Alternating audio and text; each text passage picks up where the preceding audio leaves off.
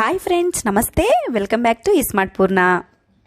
ఈరోజు వీడియోలో middle class melody biryani ఎలా ప్రిపేర్ చేసుకోవాలో చూద్దామండి.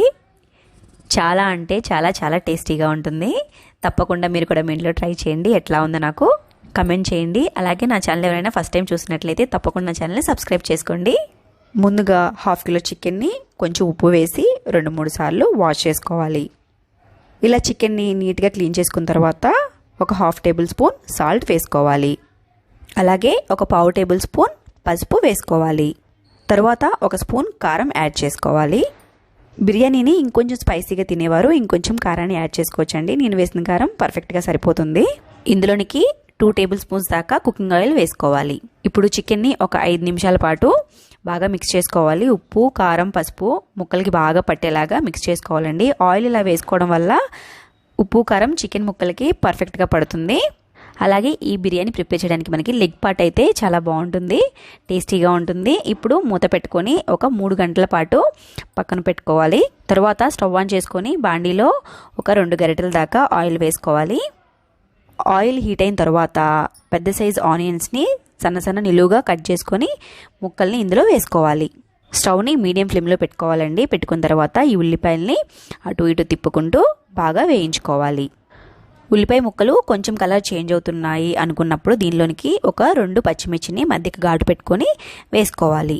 మిర్చి వేసుకున్న తర్వాత వీటిని మరొకసారి తిప్పుకొని ఆయిల్లో వేయించుకోవాలి. ఇవి ఇలా వేగిన తర్వాత కరివేపాకు వేసుకున్న తర్వాత 1 నిమిషం పాటు వేయించుకున్న తర్వాత ఇవి బ్రౌన్ ఆనియన్స్ లాగా అయిపోతాయండి. అప్పుడు ఇందులోనికి 3 గంటల పాటు నానబెట్టుకున్న చికెన్ పీసెస్ని వేసుకోవాలి. ఈ చికెన్ పీసెస్కి ఆయిల్ పట్టేలాగా బాగా మిక్స్ చేసుకోవాలి.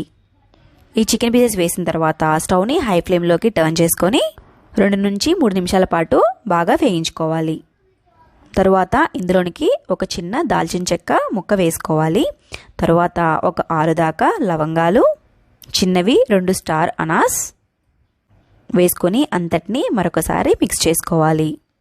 ఇలా చికెన్ అంతటిని గరిటతో ఒకసారి తిప్పుకున్న తర్వాత మూత పెట్టుకొని మీడియం ఫ్లేమ్లోకి టర్న్ చేసుకొని ఒక 10 నిమిషాల పాటు ఉడకనివ్వాలి. ఇలా చికెన్ నుంచి వచ్చే వాటర్తోనే చికెన్ బాగా ఉడికిపోతుందండి. ఇలా ఉడికిపోయిన తర్వాత ఇందులోనికి ఫ్రెష్గా నూరుకున్న అల్లం వెల్లుల్లిపాయ పేస్ట్ ఒక 2 టేబుల్ స్పూన్స్ దాకా వేసుకోవాలి. అలాగే 2 టేబుల్ స్పూన్స్ గరం మసాలా వేసుకోవాలి.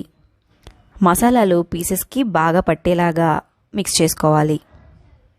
ఇంతేనండి. దీనిలో మనం ఎలాంటి మసాలాలు కూడా యూజ్ చేయము. గరం మసాలా, అల్లం వెల్లుల్లిపాయ పేస్ట్ వేసుకుంటే సరిపోతుంది. 2 నిమిషాల తర్వాత దీనిలోనికి సన్నగా తరిగి ఉంచుకున్న కొత్తిమీరని వేసుకోవాలి. అలాగే కొన్ని పుదీనా ఆకులు కూడా వేసుకోవాలి.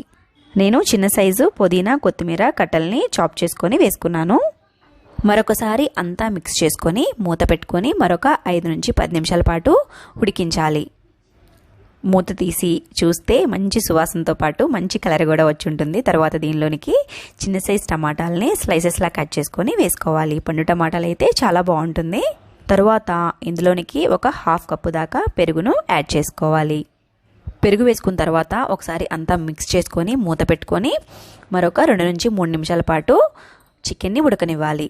ఇలా చికెన్ని వాటర్ పోయక ముందే ఒక 15 to 20 మినిట్స్ ఓవరాల్గా కుక్ చేసుకోవాలి. తర్వాత ఇందులోనికి ఒక టీ గ్లాస్ వాటర్ యాడ్ చేసుకోవాలి. ఇలా వాటర్ పోసుకున్న తర్వాత మూత పెట్టుకొని స్టవ్ని మీడియం ఫ్లేమ్లోకి టర్న్ చేసుకొని చికెన్ మొత్తం కూడా గుత్తగా అయిపోయి దగ్గరికి వచ్చేలాగా ఉడికించుకోవాలి. ఇప్పుడు ఇందులో 1 గంట పాటు నానబెట్టుకున్న రైస్ని వేసుకోవాలి. నేను నార్మల్ రైసే యూజ్ చేశానండి.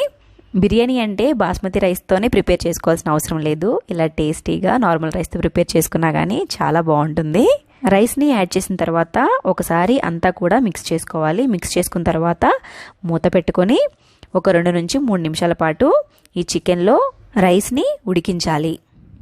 ఇలా చికెన్లో రైస్ని ఇలా ఉడికించడం వల్ల రైస్కి బిర్యానీ ఫ్లేవర్ బాగా పడుతుంది. తరువాత ఇందులోనికి 1 కప్పు రైస్ తీసుకుంటే 2 కప్పుల వాటర్ యాడ్ చేసుకోవాలి. అలాగే రైస్ని ఒక అరగంట నుంచి గంట పాటు కనీసం నానబెట్టుకోవాలి. అప్పుడే రైసు పొడిలాడుతూ చాలా బాగుంటుంది. ఇలా వాటర్ యాడ్ చేసుకున్న తర్వాత ఉప్పు పర్ఫెక్ట్గా ఉందో లేదో చూసుకోవాలండి. ఉప్పు సరిపోకపోతే మన టేస్ట్కి తగ్గట్లుగా ఉప్పు వేసుకోవాలి.